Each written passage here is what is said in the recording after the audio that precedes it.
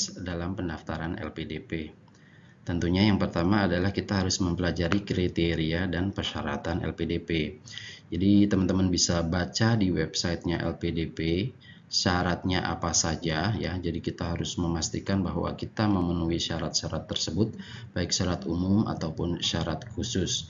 Kemudian juga variasi dalam institusi pendidikan. LPDP memiliki mungkin ratusan perguruan tinggi tujuan yang telah bekerja sama dengan LPDP yang bisa kita pilih.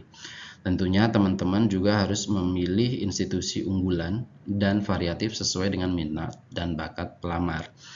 Karena ya tentunya ketika kita melanjutkan pendidikan, kita harus sesuai dengan keinginan kita. Kita mau mempelajari tentang apa, kita mau memperdalam ilmu tentang apa.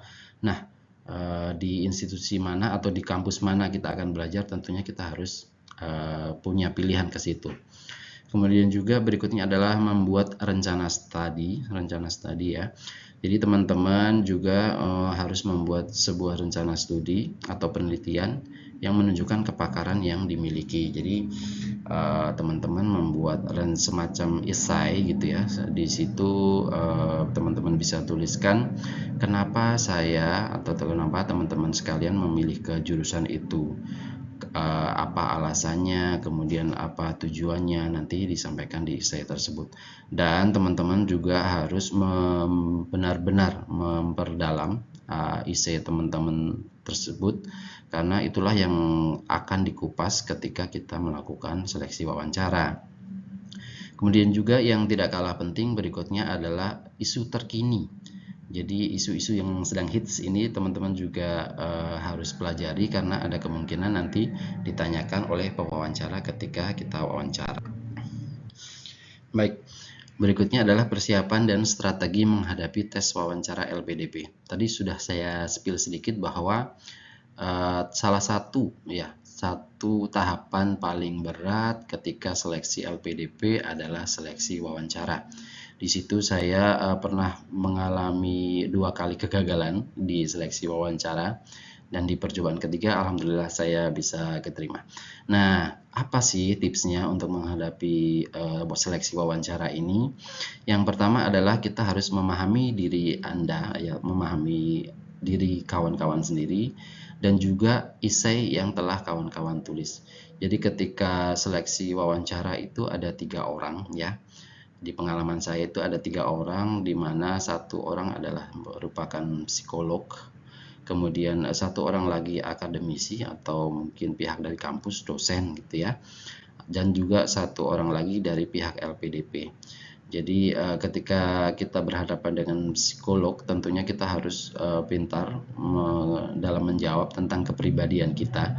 Jangan sampai kawan-kawan tidak konsisten ketika menjawab pertanyaan dari psikolog. Harus hati-hati, cermati jawaban, dan teman-teman sebenarnya ketika menjadi diri sendiri tentunya akan lebih baik. Jadi jangan terkesan dibuat-buat. Namun jangan juga terlalu merendah, jangan terlalu berkecil hati, merendahkan diri sendiri, jangan seperti itu.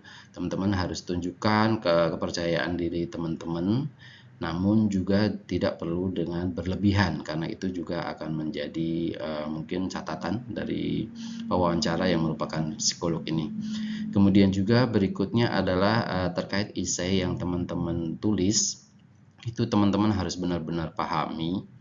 Ada kemungkinan nanti ketika wawancara mungkin wawancara ini sambil browsing nih, dia sambil browsing terkait tujuan prodi tujuan kawan-kawan sekalian. Jadi teman-teman ini harus benar-benar paham prodinya, tujuan itu apa saja yang dipelajari di sana ya, kemudian berapa lama kuliahnya di sana, kemudian juga berapa biayanya, kemudian siapa saja pakar-pakar yang ada di sana ya. Kemudian juga yang tentu nanti judulnya teman-teman ini mau menulis penelitian tentang apa gitu ya. Jadi apakah itu kuantitatif, kualitatif, kemudian judulnya apa, siapa rencana pembimbingnya, tentunya teman-teman tuh harus pahami benar-benar. Karena sebenarnya bisa dikatakan random ya. Jadi pengalaman saya 3 kali wawancara itu benar-benar berbeda semuanya antara seleksi yang tahap pertama, tahap kedua, dan tahap ketiga itu tidak ada pertanyaan yang sama karena memang pewawancara LPDP ini mungkin orangnya ratusan dan diacak gitu ya. Jadi kita kemungkinan tidak akan bertemu pewawancara yang sama dalam 2 kali atau 3 kali seleksi LPDP. Jadi benar-benar teman-teman harus pahami apa isinya dan apa karakter teman-teman sendiri. Kemudian juga yang tak kalah penting berikutnya adalah latihan wawancara. Jadi tentunya teman-teman bisa latihan di depan cermin kalau sendirian nggak ada kawannya, atau juga bisa dengan partner, mungkin kalau punya pacar dengan pacar ataupun dengan saudara ataupun juga orang tua, agar teman-teman ketika wawancara ini memiliki kepercayaan diri yang tinggi ya. Kemudian juga jangan lupakan adalah postur dan penampilan. Perlu diingat, nah tadi ada satu orang psikolog ya yang akan memperhatikan bagaimana postur kawan-kawan ketika wawancara, penampilan kawan-kawan sekalian, dan juga ini ya dibuat-buat apa tidak gitu ya. Makanya harus benar-benar diperhatikan untuk postur dan penampilan. Tuh, itu saja mungkin tips yang perlu saya sampaikan.